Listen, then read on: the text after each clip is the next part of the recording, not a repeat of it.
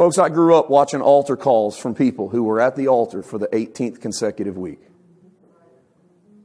praying over the same sin they were praying over the last 17 weeks. Never once did they realize their sins and their iniquities will I remember no more. Even though it was right there in the book of Hebrews, they never knew that. They participated in the sacrificial system, but never saw how the work got finished. Robbed of the glorious beauty of knowing that in God's nose, they smelled like Jesus. Robbed of the glorious beauty of sonship. Robbed of the absolute, no words can describe the glory and the beauty of seeing for your own self the risen Savior. I don't mean with your natural eyes alone, but to have a revelation. He died for me. He rose for me. The cross has always been a stumbling block. Paul said in 1 Corinthians, he said, to the Jew, the cross is a stumbling block. To the Gentile, the cross is foolishness.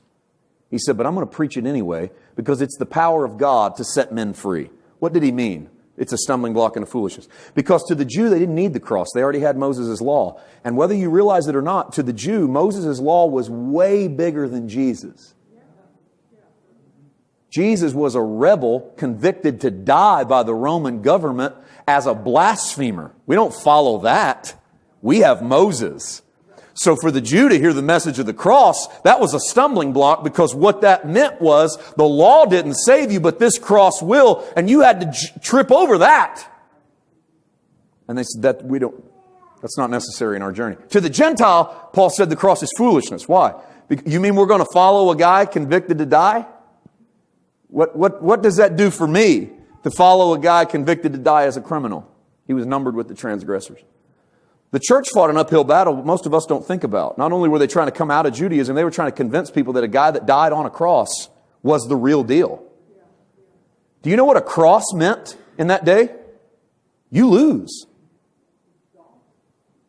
It's the electric chair. If I were to say to you, hey, if you're going to follow Jesus, every day of your life you need to be ready to sit down in your electric chair. What would you think I meant? Get ready to die. Did you know that's what Jesus meant when he said to his disciples, every day, if you're going to follow me, take up your cross. He didn't mean die more spiritually. He meant get ready. They're going to kill some of you for this. The cross is a symbol of execution. It's a symbol of we lose. The disciples were convinced they'd backed the wrong horse. It's why they scatter after Calvary. Even after they see Jesus on Sunday night, they go fishing the next day. Done! Because it's so difficult to wrap their minds around what had just happened. This is why my bowels move with compassion now for those who haven't seen how the work got finished. Because if the disciples could look at him and touch him and eat another meal with him and still go back to their old occupations and give up on him, then we ought to have compassion on those who are struggling so much with the culture of mom, dad, church, grandma, grandpa, past, history, denomination, religion. And I can't shake that you should wear a suit to church. And I can't shake that you should give 10% in church. And I can't shake that there ought to be stained glass windows and they should have had a choir. And I can't shake this and this and this and this until it weighs on us and presses us and we abhor the very offering of the Lord.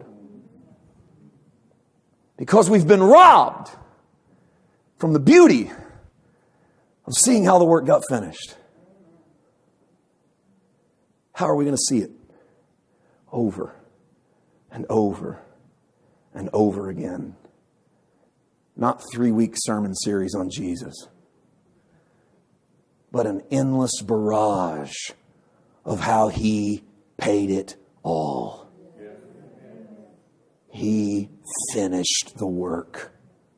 Not he finished half of it, put the heavenly clock on pause, and then we'll finish half of it a couple of thousand years later. Not it's halfway done. Not it's mostly done waiting on you. The only thing we need to activate the grace of God in our lives is faith.